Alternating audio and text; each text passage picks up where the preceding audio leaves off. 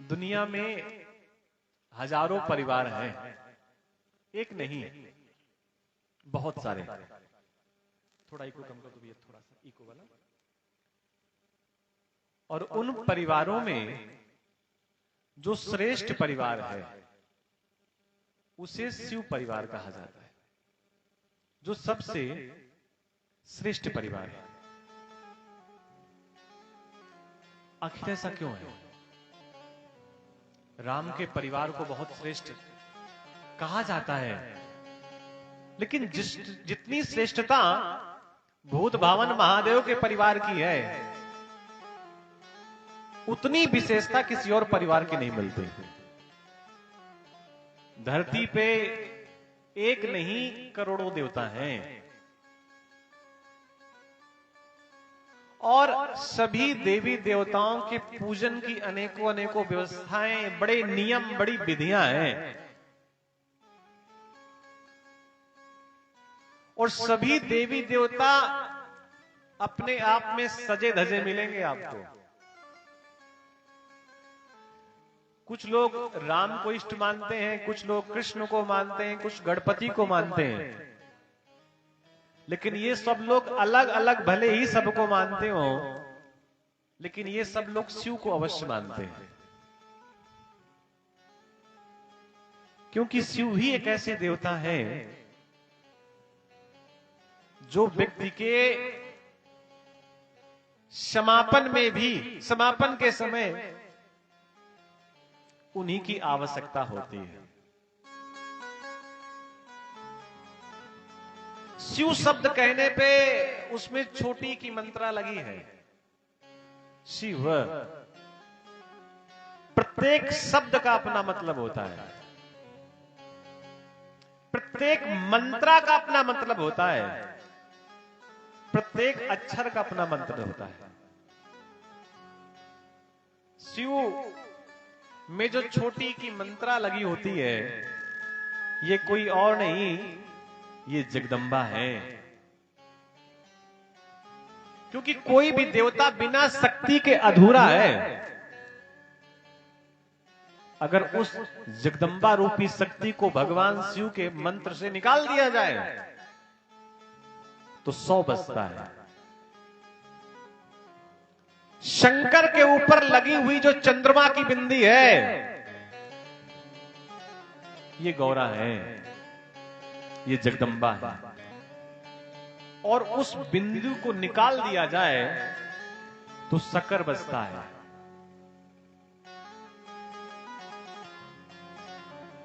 शिव की कथा ना कोई करवा सकता है और ना ही कोई कर सकता है। वो जब उनकी स्वयं इच्छा होती है तब उनकी कथा होती है। क्योंकि शिव का प्राकट्य कहीं पर नहीं मिलता, वो स्वयं वो है। शिव का नाम स्वयं शिव है। शिव का एक और नाम है सदाशिव है। शिव का एक नाम स्वयं भू भी है। ये सदाशिव और शिव में अंतर क्या है? शिव भी दो हैं। एक तो वो शिव है जो बनते हैं और बिगड़ जाते हैं, और एक और शिव है जिनका नाम सदाशिव है। वो हमेशा रहते, नाम ही सदाशिव है। शिव की अपनी विशेष विशेषता है कि देवता भी पूजते हैं और दानव भी पूजते हैं। कोई भेद मन में नहीं पालता कि नहीं हमें पूजन नहीं करना है। राम भी पूजन शिव का करते हैं, और रावण तो अपने शीश देकर के शिव का पूजन करता है। शिव का कोई शत्रु नहीं है। उनके भाव में कोई शत्रु नहीं है। उन्हें कोई अपना माने हुए अलग बात है। तो भैया शिव की महिमा अपरंपार है। जहां पर नारायण की नहीं चलती, जिस लेख को स्वयं विष्णु नहीं मिटा सकते, जिस लेख को ब्रह्मा नहीं मिटा सकते, उस लेख को मिटा करके शिव व्यक्ति के भाग्य को अपने शब्दों में लिख सकते हैं। ये शिव की महिमा है। जिसे कोई नहीं अपनाता, उन्हें शिव अपना लेते हैं। दुनिया में दुनिया भर के पशु एक जगह इकट्ठा हुए और पशुओं ने कहा हमारा कोई नाथ नहीं है, हमारा कोई प्रमुख नहीं है। और जब सब पशु आपस में त्राई त्राई कर रहे थे कि हमारा मालिक कौन है, हमें अपनाने वाला कौन है, हमारा नाथ कौन है, तो भगवान ने काठमांडू की धरती पर पैदा होकर के जन्म लेकर के कहा कि जिनका कोई नहीं उनका मैं हूं, और आज से मेरा एक ही नाम होगा जिनका नाम पशुपतिनाथ। बोलिए पशुपतिनाथ भगवान की जय। तो भैया शिव की अपनी विशेष विशेषता है। शिव के परिवार में जितने लोग हैं उन सब की विचार धारणाएं, प्रकृति, स्वभाव, वाहन, वसन, भूषण, आहार, विहार, व्यवहार सब अलग अलग है। आपको उतने मंदिर राम के नहीं मिलेंगे, उतने मंदिर आपको कृष्ण के नहीं मिलेंगे, जितने मंदिर आपको शिव के मिल जाएंगे। जय शिव। क्योंकि शिव के मंदिर को बनाने के लिए कोई विशेष आकार की आवश्यकता नहीं है। नदी पे जब कुछ संत महात्मा स्नान करने जाते हैं, समझना बात को, और उनका मन होता है कि हम भगवान भूत भावन महादेव का पूजन करें, और उन्हें सामने शिवलिंग नहीं दिखाई देता है, तो पता है वो लोग क्या करते हैं? अपने बाएं हाथ के अंगूठे को ऐसे कर लेते हैं और दाहिने हाथ से जल अपने अंगूठे पर नमः शिवाय कह करके डाल करके अपने अंगूठे को ही शिव मान लेते हैं।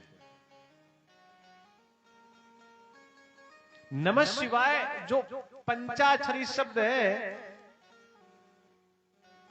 इस मंत्र के लिए कहा गया कि आवश्यकता नहीं कि किसी से लिया जाए, आप कोई भी इसका गान, पठन, पाठन, चिंतन, मनन, ध्यान कोई भी कर सकता है नमः शिवाय मंत्र का। यह शिव की अपनी विशेषता है।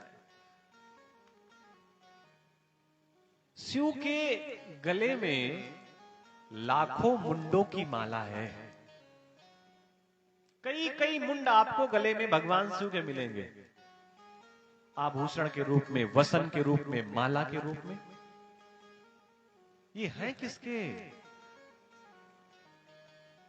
जो कोई भगवान शिव को अपना मान लेता है, धीरे से भी कह देता है आशुतोष, तो भगवान के एक नाम लेने से भगवान महादेव प्रसन्न हो जाते हैं। एक बार कोई आशुतोष कह दे तो भगवान महादेव उसे सब कुछ दे देते हैं, और दूसरी बार कोई आशुतोष कह दे तो भगवान उस आशुतोष कहने वाले व्यक्ति के ऋणी हो जाते हैं। ऋणी समझते कर्जदार, ऐसा हम नहीं कह रहे, शास्त्र कह रहा है। द्वितीयम शंभु ऋणी भवेत। प्रेम से कोई दो बार शिव शिव कह दे तो एक बार में तो वो सब कुछ दे देते हैं, और दूसरी बार में शिव कर्जदार हो जाते हैं। इतना प्रेम करते हैं अपने भक्तों से, इतना प्रेम करते हैं। आप कभी अनुभव करना, यज्ञ की जो वेदी होती है ना, यज्ञ की वेदी, उसमें 3 वेदियां बनी होती हैं, 1 2 3। सबसे नीचे वाली को काले रंग से रंगते हैं, और पता है सबसे नीचे वाली बेदी है किसकी? सबसे नीचे वाली बेदी है भगवान शिव की। सबसे नीचे वाली बेदी जो होती है, जहां पर 3 सीढ़ियां बनी होती हैं, सबसे नीचे वाली बेदी होती है भगवान शिव की। और उसका रंग कैसा है? काला। लेकिन भगवान शिव तो काले हैं नहीं। अगर दुनिया का कोई सबसे गोरा देवता है तो उनका नाम पता है क्या है? महादेव। हम लोग स्तुति पढ़ते हैं ना, कर्पूर गौरम करुणावतारम संसार सारम भुजगेंद्रहार सदा वसंतम हृदयारविंदे भवम भवानी सहितम नमः। भगवान महादेव का रंग है गोरा। कैसा गोरा? साधारण सा नहीं, कपूर के जैसा। कर्पूर गौरम, जो कपूर के जैसे गोरे हैं। और करुणावतारम, इतने गोरे हैं शिव। लेकिन एक प्रश्न उठता है कि जब भगवान भूत भावन महादेव इतने गोरे हैं तो उनकी वेदी काली क्यों? क्योंकि भगवान जब किसी को प्रेम करते हैं, स्नेह करते हैं, तो उसकी वस्तुओं को ग्रहण कर लेते हैं। अच्छा, भगवान महादेव के लिए प्रिय कौन है? तुम पुनि राम राम दिन राती। आपके लिए प्रिय क्या है? राम राम दिन राती। ये कौन जपता है? महादेव। जय। और इतना जपते हैं, इतना जपते हैं कि राम का जो सांवला स्वरूप है वो भगवान का हो गया। अगर किसी से प्रेम करते हैं तो इतना प्रेम है कि प्रेम करने वाले का रंग ले लेते हैं। कोई पसंद नहीं करता बहुत सांवले लोगों को, काले लोगों को। लेकिन भगवान शिव इतना स्नेह करते हैं, जिससे करते हैं कि उसके रंग को भी ले लेते हैं, रूप को भी ले लेते हैं, स्वरूप को भी ले लेते हैं। एक बार धरती पर किसी व्यक्ति के प्राण चले गए। 4 लोग उसे कंधे पर रख करके ले जा रहे थे। लोग कह रहे थे राम राम सत्य है, सत्य बोलो गति है, सत्य बोलो मुक्ति है, ऐसा राम राम कह रहे थे। धरती का व्यक्ति राम राम कह रहा था। भगवान कैलाश में बैठ करके उनको ऐसा लगा कि राम नाम सत्य है, ये तो केवल महादेव को पता है। और धरती में कौन चिल्ला रहा है राम नाम सत्य है, राम नाम सत्य है, हरि का नाम सत्य है। तो महादेव को ऐसा लगा कि राम नाम सत्य है, ये जानने वाला धरती में भी कोई है, तो कौन है? और उसे जानने के लिए भगवान भूत भावन महादेव कैलाश से उतर करके नीचे आ गए धरती पर। राम नाम सत्य है, ये भगवान देखा तो मालूम पड़ा कि किसी व्यक्ति के प्राण निकल गए हैं। अच्छा, होता क्या है, जब राम नाम सत्य है ये कहा जाता है, तो जो लोग ये कह रहे होते हैं वो समझने की स्थिति पे नहीं होते, वो उसका मतलब नहीं समझ रहे होते, बस वो कह रहे होते हैं कहो भैया। और कह किसके लिए रहे होते हैं? जिसके प्राण निकल गए। और जिसके प्राण निकल गए उसको सुनने की स्थिति नहीं है। देखिए, व्यर्थ नहीं है राम नाम कहना सत्य है, लेकिन ऐसी स्थिति में कहा जा रहा है कि कहने वाला समझने के लायक नहीं है और जिसको सुनाया जा रहा है वो सुनने के लायक नहीं है। तो भगवान महादेव को लगा कि ये तो अब सब अपनी पार्टी के आदमी है, तो पीछे पीछे चल पड़े। वो भी कहने लगे राम नाम सत्य है भाई, मैं तो जीवन से कह रहा हूं। अब जो घर के लोग थे वो उन्हें लेकर के नदी किनारे गए, और नदी किनारे नियम ये होता है कि जहां लास्ट पेड़ होता है नदी किनारे, तो गांव के लोग वहीं बैठ जाते हैं, और जिसका शरीर शांत हो गया होता है उसको लोग आगे ले जाते हैं। गांव के लोग वहीं बैठ गए तो भगवान शिव भी वहीं बैठ गए। अब वो लोग आपस में चर्चा करने लगे अनेकों प्रकार की, और उस चर्चा में भगवान महादेव खो गए। वो भूल गए कि राम नाम सत्य है उस व्यक्ति के कारण लिया जा रहा था जिसके प्राण निकल गए हैं। वो आए थे उससे मिलने भगवान महादेव, लेकिन उसके तो प्राण निकल गए। इधर ये लोग चर्चा करने लगे, भगवान थोड़ा चर्चा में डूब गए, उधर उस व्यक्ति को जला करके राख कर दिया गया। भाई मृतदेह जलाई जाती है। भगवान महादेव ने पता किया कि ये बताओ जिसके कारण राम नाम सत्य है ये कहा जा रहा था, वो व्यक्ति कहां है? तो लोगों ने कहा वो तो मर गया, और मर तो पहले गया था, वो तो जल करके राख हो गया। भगवान महादेव को लगा कि ये क्या हुआ, मैं तो उससे मिलने आया था, उसको गले लगाने आया था, और वो तो जल करके राख हो गया। भगवान महादेव उसी समय गए और जहां पर वो जल करके राख हुआ था उसकी राख में लौट गए, अपने शरीर पर भस्म धारण कर ली। और भगवान महादेव ने उसी दिन से एक प्रण किया कि आज के बाद मेरे उज्जैन में, मेरी अवंतिका में मुझे भले ही दूध न चढ़ाया जाए, दही न चढ़ाया जाए, शर्करा न चढ़ाई जाए, भांग न चढ़ाई जाए, चावल न चढ़ाया जाए, तिल न चढ़ाया जाए, लेकिन मुझे एक वस्तु बहुत प्रिय है, उस वस्तु का नाम है चिता भस्म। और भगवान ने वहां तब से नियम बना दिया कि मेरा पूजन बिना चिता भस्म के नहीं होगा। तो भगवान महादेव इतने करुणा के सागर हैं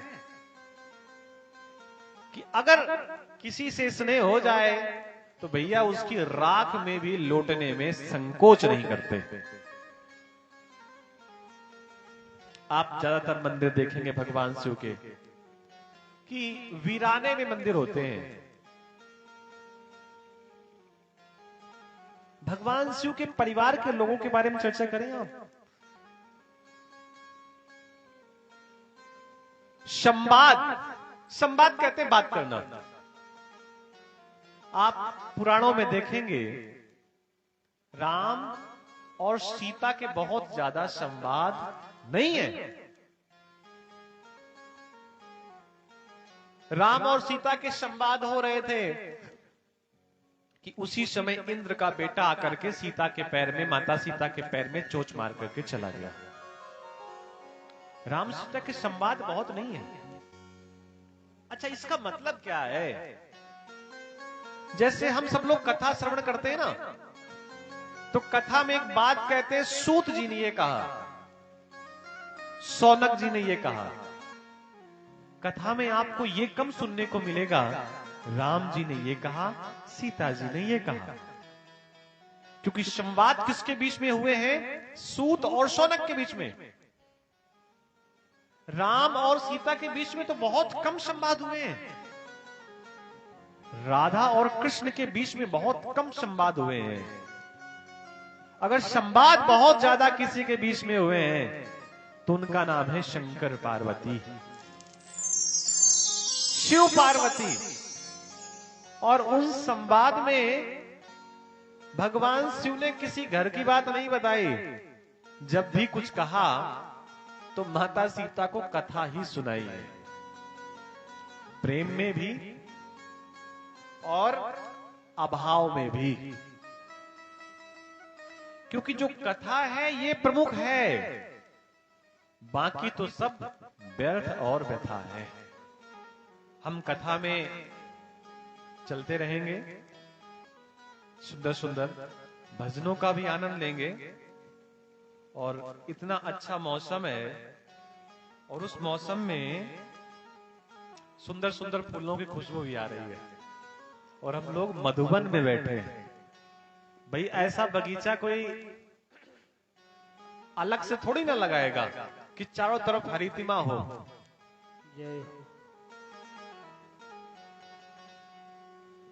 मधुबन खुशबू देता है। मधुबन क्या देता है? खुशबू।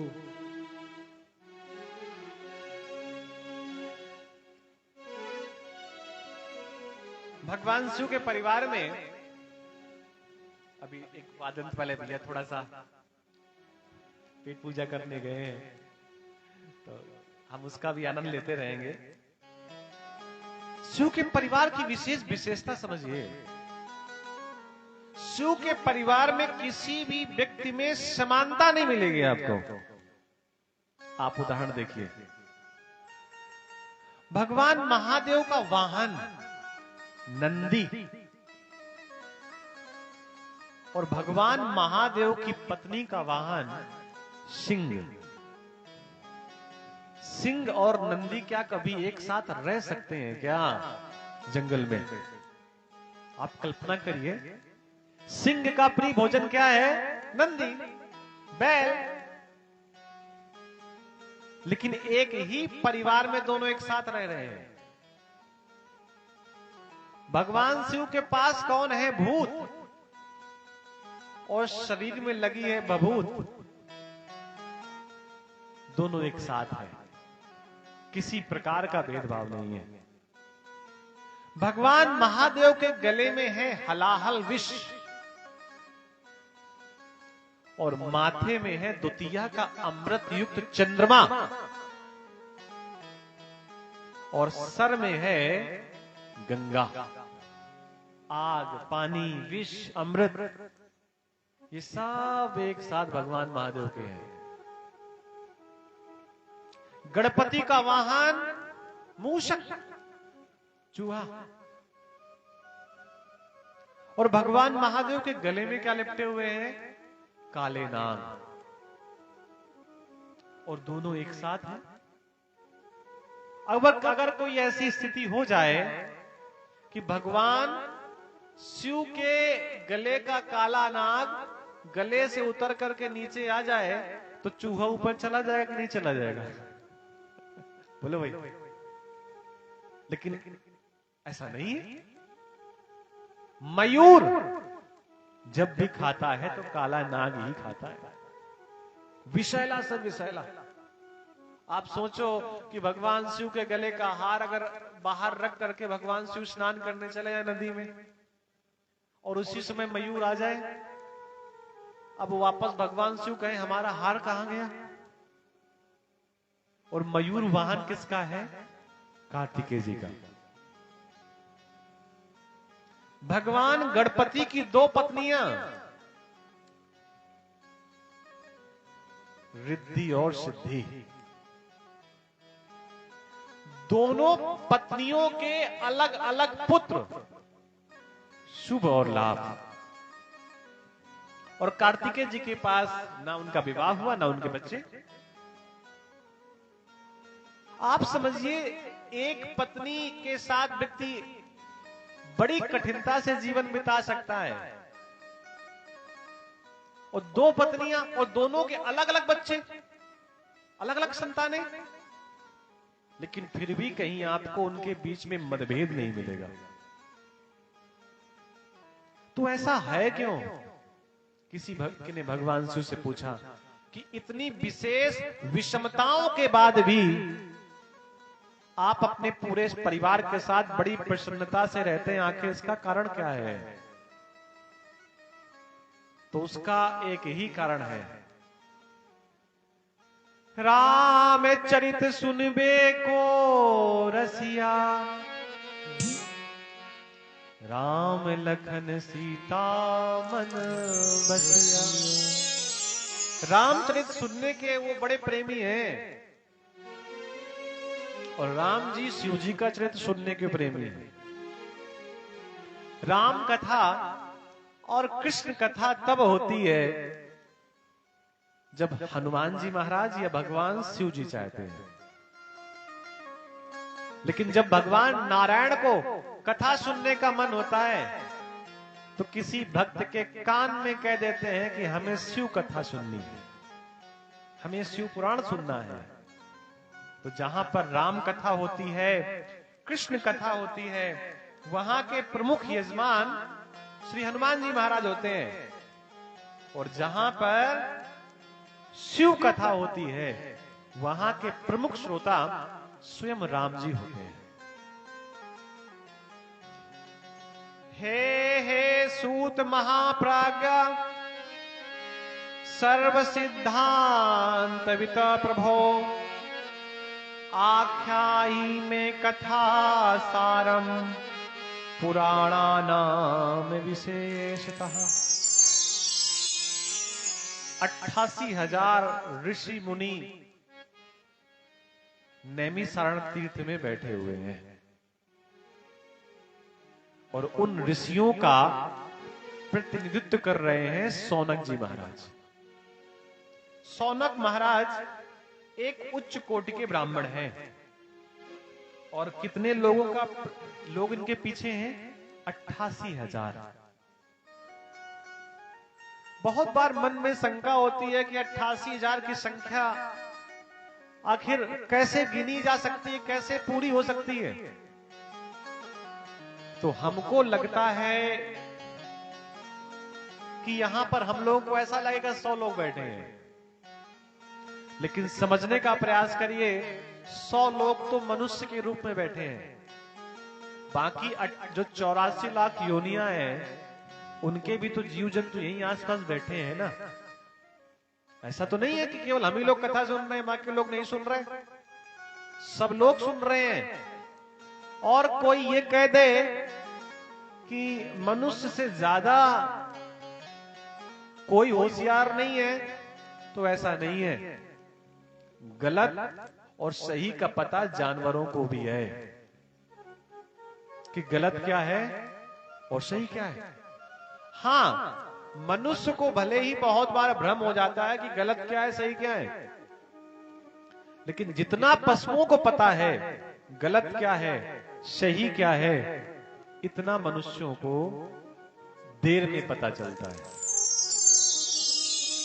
गाय के सामने आप हरा चारा दिखाओगे तो गाय आपके पास दौड़ी चली आएगी, लेकिन वहीं पर उसे हरा बांस दिखाओगे तो पास नहीं आएगी। किसी कुत्ते को जब आप रोटी खिलाएंगे ना, आप कभी अनुभव करना, तो जैसे आप रोटी खिलाएंगे तो कुत्ता मुंह पे रोटी दबा लेगा,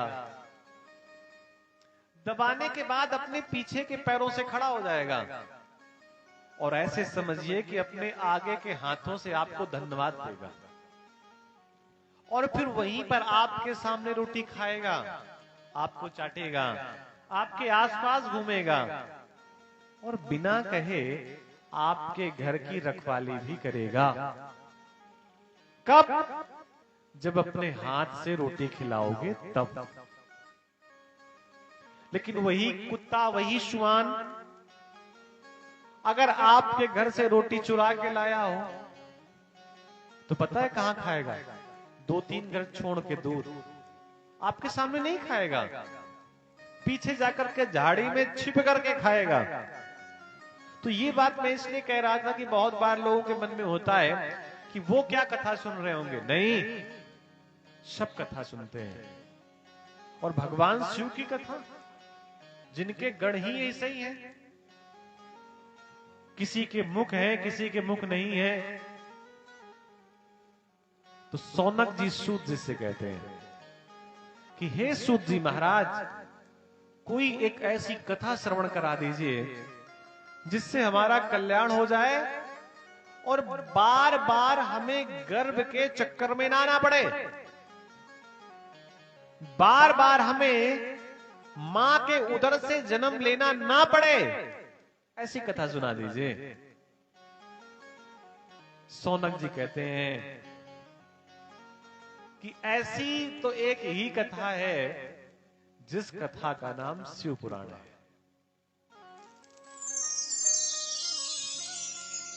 बोलिए शंकर भगवान की। इस घोर कलयुग कलिकाल में मनुष्यों का स्वभाव जानवरों के जैसा हो गया है,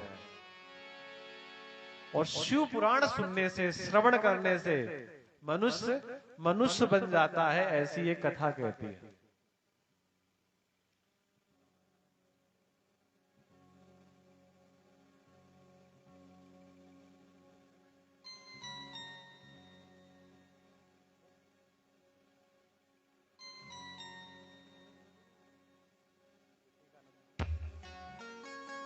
बोलिए वृंदावन बिहारी लाल की। हम बीच बीच में संगीत का भी आनंद लेते रहेंगे, क्योंकि इनकी अगर उपयोगिता नहीं देखेंगे तो कहीं न कहीं इन लोगों को भी ऐसा लगता है कि हम बैठे हैं और हमारा उपयोग नहीं किया जा रहा है।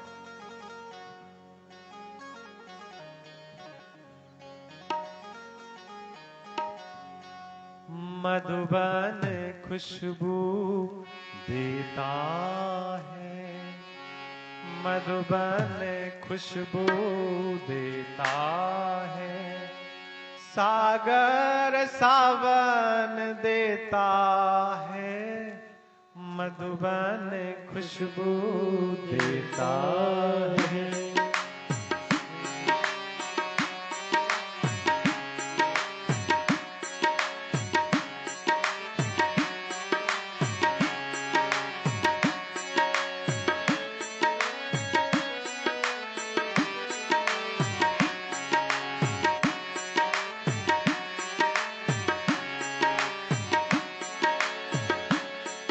बोलिए वृंदावन बिहारी लाल की। धन्यस्य मुनि शार्दूलम श्रवण प्रीति लालसा, अतो विचार्यम सुधिया वश्मी शास्त्रम महोषतम। शिव पुराण में 24,000 श्लोक हैं। 24,000 श्लोकों का मतलब 24,000 मंत्र हैं। जिस प्रकार हम लोग नमः शिवाय का जप करते हैं, राम नाम मंत्र का जप करते हैं, ठीक उसी प्रकार 24,000 मंत्र हैं। इस पे 7 प्रकार की 7 अलग अलग संहिताएं हैं, जिसमें से संहिताओं का मतलब अध्याय।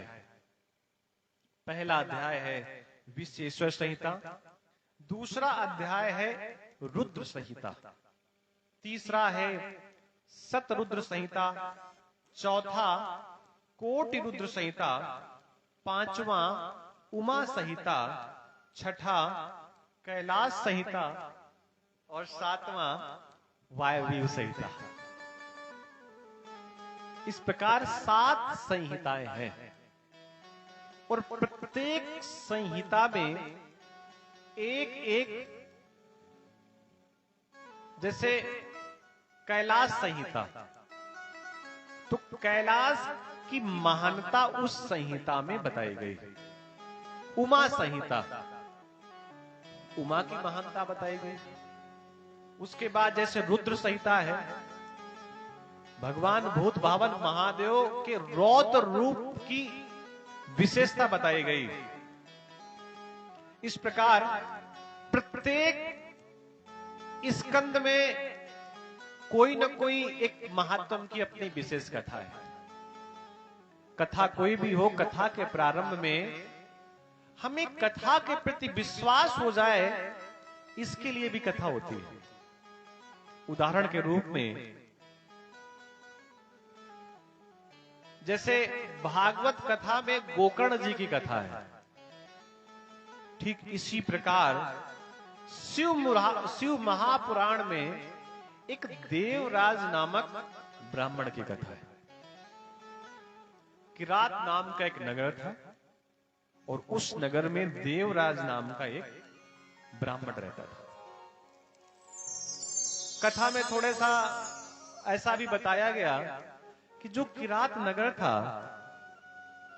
ब्राह्मणों का बाहुल्य क्षेत्र था, ब्राह्मणों की बहुत अधिकता थी।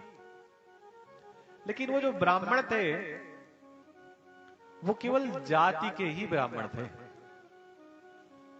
ना कर्म के ब्राह्मण थे, ना धर्म के ब्राह्मण थे, ना संध्या उपासना का काम करते थे, कुछ नहीं।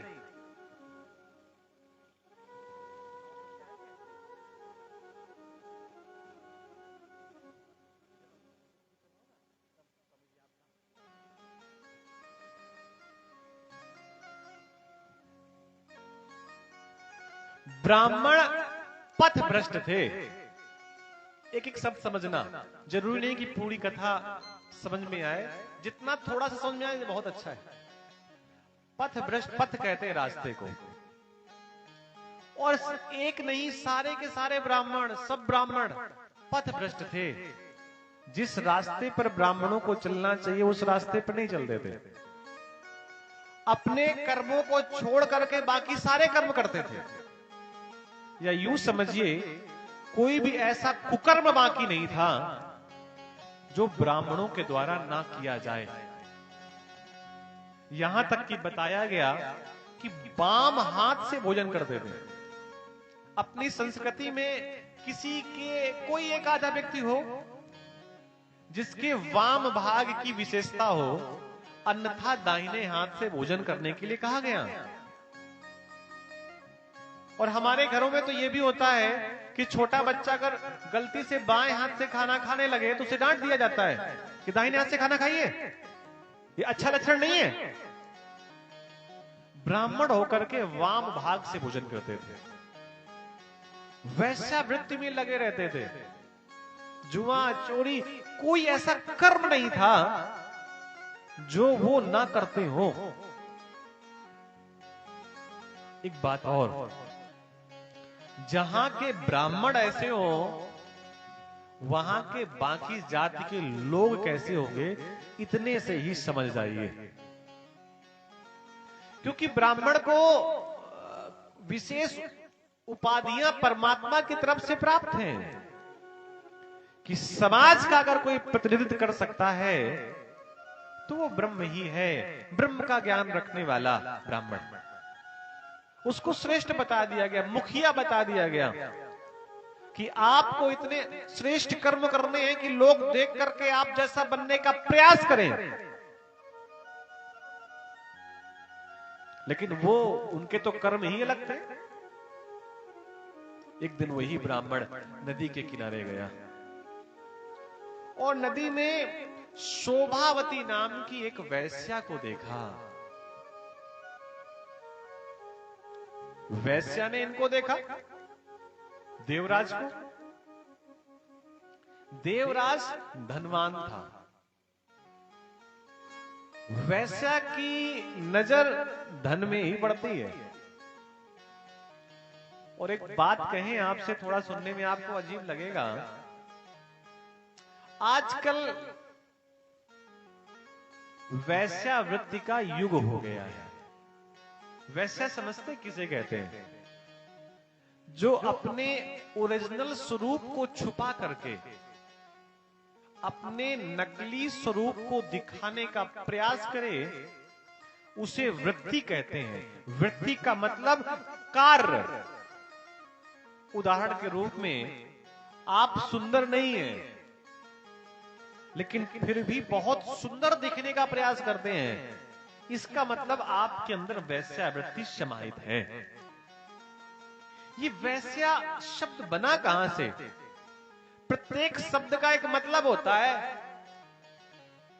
जैसे उदाहरण के तौर पे एक शब्द होता है सुदर्शन,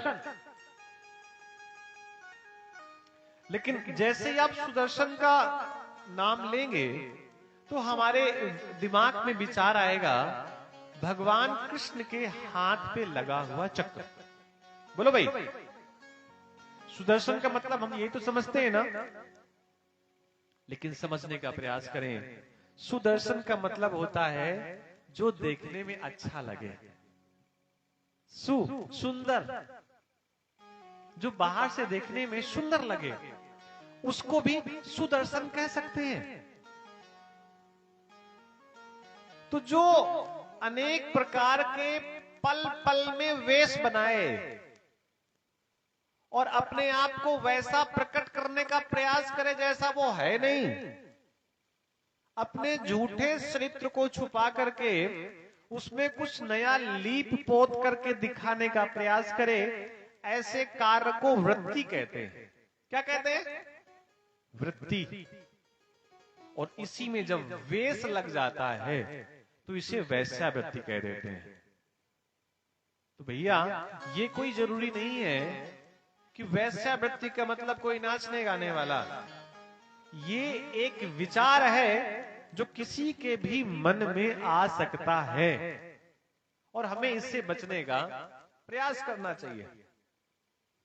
और वैश्यावृत्ति के लिए चाहिए क्या होता है? धन। बिना धन के तो वैश्यावृत्ति हो नहीं सकती। बिना धन के तो आप बहुत चटक पटक दिख नहीं सकते।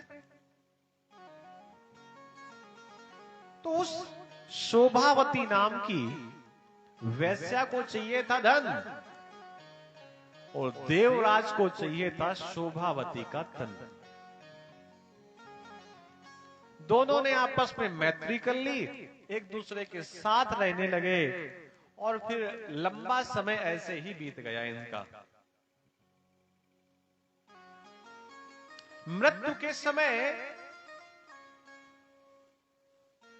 एक दिन वही देवराज घूमते घूमते झूसी क्षेत्र चला गया। ये झूसी कहां है? प्रयाग में। और वहां पर शिव महापुराण की कथा हो रही थी। कथा के श्रवण की विशेषता बताई जा रही है। वहीं पर इसने कथा श्रवण की और पैर फिसल गया। वहां पर वो गिरा, मस्तक पर चोट लगी, मस्तक फूट गया और देवराज के प्राण निकल गए। ब्राह्मण था, पूजन पाठ भजन पे मन नहीं लगता था, वैश्यावृत्ति पे मन चला गया, प्राण निकले। लेकिन कहां पे? कथा सुनते सुनते। और कथा सुनते सुनते प्राण निकले। इसका परिणाम यह हुआ कि यम के दूत उन्हें ले गए। लेकिन भगवान शिव के जो गण थे उनका यम के दूतों के साथ झगड़ा हुआ और ये देवराज नाम का जो ब्राह्मण जो पथभ्रष्ट हो गया था, ये भगवान शिव के गणों में सम्मिलित हो गया। कथा का अभिप्राय यह था कि अपने कर्म से डिगने के बाद भी गलती से शिव पुराण कथा सुनने के बाद ये शिव लोक को गया। तो शिव पुराण की कथा इतनी आनंदप्रद है। बोलिए शंकर भगवान की।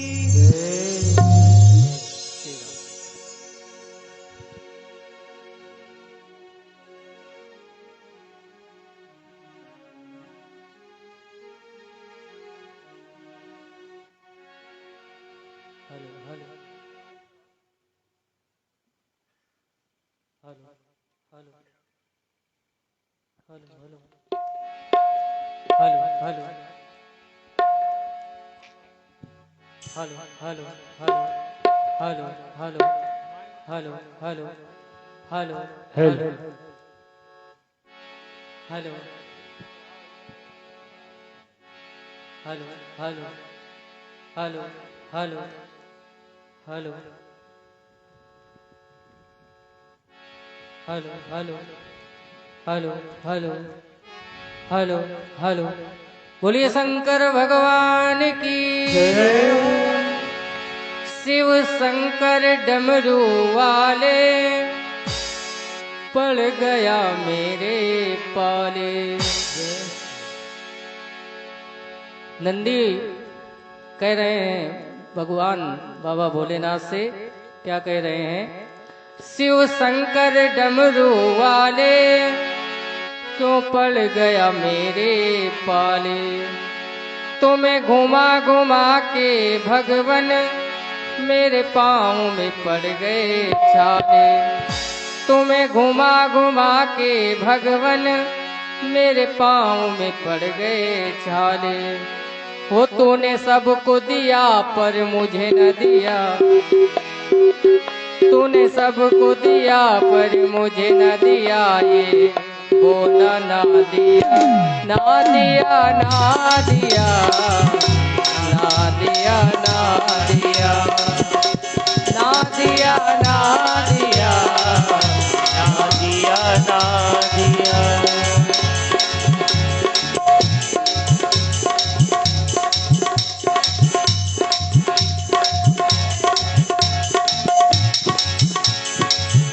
शिव शंकर डमरू वाले क्यों पड़ गया मेरे पाले, शिव शंकर डमरू वाले क्यों पड़ गया मेरे पाले। तुम्हें घुमा घुमा के भगवन मेरे पाँव में पड़ गए छाले, तुम्हें घुमा घुमा के भगवन मेरे पाँव में पड़ गए छाले। तूने सबको दिया पर मुझे न दिया, तूने सबको दिया पर मुझे न दिया, ये बोला ना दिया ना दिया ना दिया ना दिया ना दिया ना दिया ना दिया ना दिया ना दिया।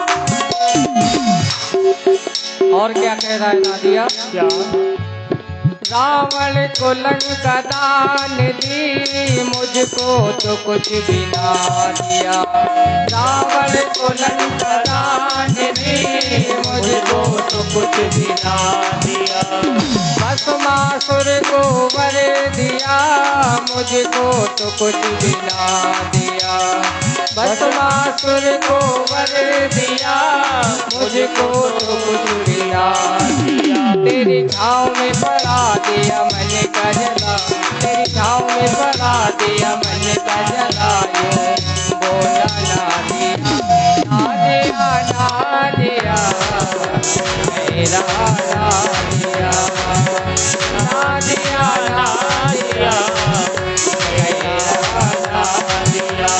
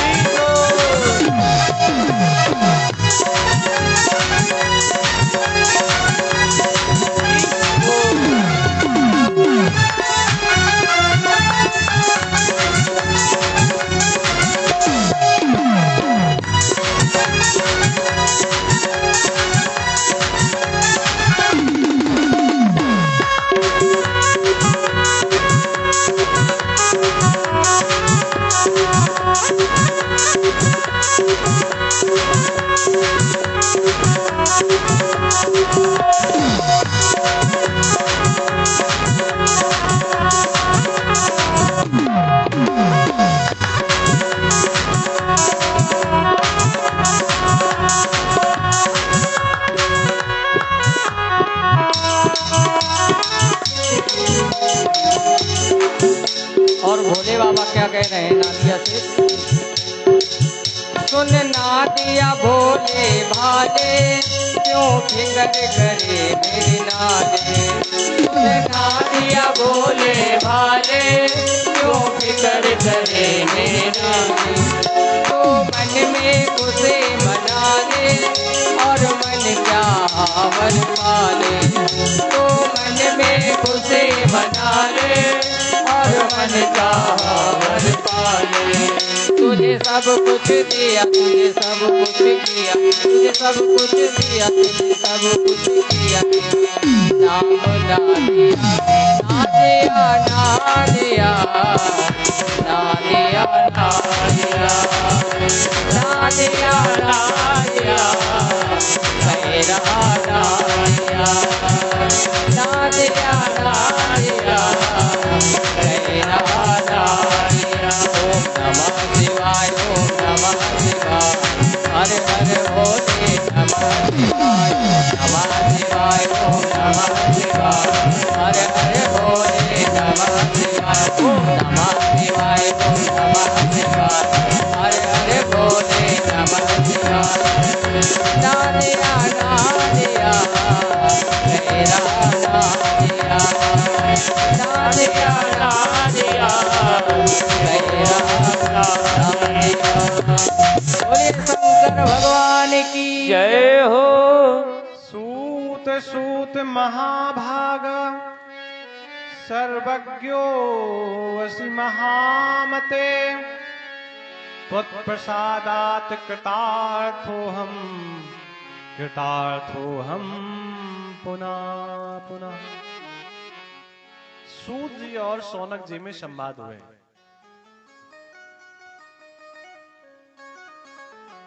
अभी थोड़ी देर पहले हम चर्चा कर रहे थे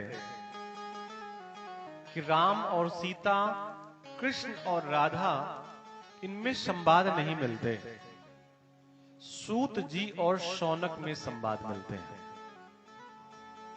और सबसे अधिक और कहीं संवाद मिलते हैं तो वो शिव और पार्वती के संवाद है। शिव और पार्वती के संवाद जो